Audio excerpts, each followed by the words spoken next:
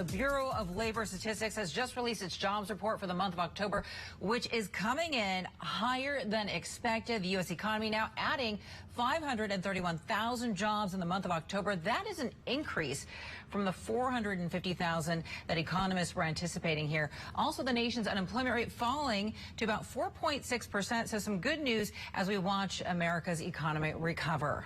Dave and Alex? Here now to react to the latest jobs data is economic analyst for Morning Consult, Kayla Brune. Good morning to you. What do you make of the numbers? Hi, thank you so much for having me on. The numbers, yeah, as you said, they beat expectations, sort of consensus expectations for 450,000.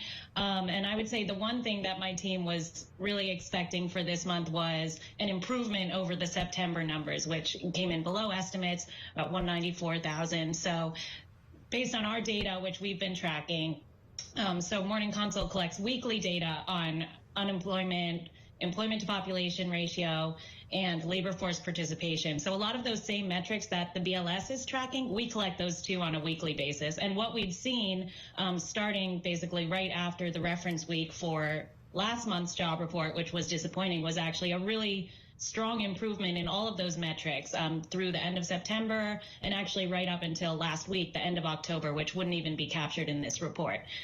So we were expecting improvement like this. It's maybe, a little stronger than some people were expecting, which is great news. And even I would add on to that, based on the numbers that we've been looking at, our weekly data suggests that through the end of October, we actually have additional jobs growth on top of that. So really positive signs in the labor market.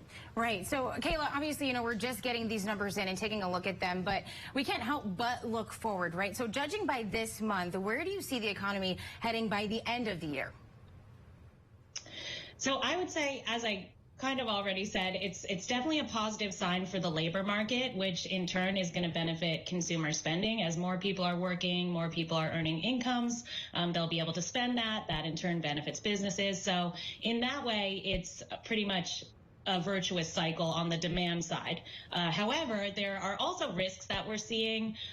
Most pronounced is maybe the supply chain shocks that a lot of people are dealing with, which is also contributing to higher inflation. So again, on the demand side, on the labor side, that's a very positive thing for what Americans are able to earn, what they're able to spend. The potential limiting factor is really going to be the supply chain shortages, which we haven't, at least at the consumer end, we haven't seen much improvement. We actually ran a survey in September and then in October asking consumers how much impact they were seeing from the supply chains, whether they were dealing with shortages or price increases. And in those 2 months, we really saw no change. So at the consumer level, so far, there hasn't been improvement. Yeah, it looks like the supply chain crisis could actually get worse before it gets better. Government jobs continue to lag. I'm seeing a loss of 73,000, so it's all in the private sector. I want to ask you about the labor shortage. Are we seeing any sign of that loosening? We actually are. I know in the BLS numbers, there hasn't been a noticeable improvement in the labor force participation rate so far. But in our data, where we also track that, which I'm sure at some point will show up also in the government numbers, we have really seen a strong improvement. And part of the reason that I think we're seeing that is we had the expiration of the expanded unemployment insurance in early September, as well as the Delta surge kind of peaking and then easing off through September. And throughout that time, we did see an improvement in our numbers in people coming into the workforce. And we do expect that to continue because, again, we had a survey on this a few months ago, actually in June, before the Delta surge. We asked people who had left their jobs during the pandemic, whether they plan to come back to the workforce and when they plan to do so. And at the time, a really large share said yes within 3 months.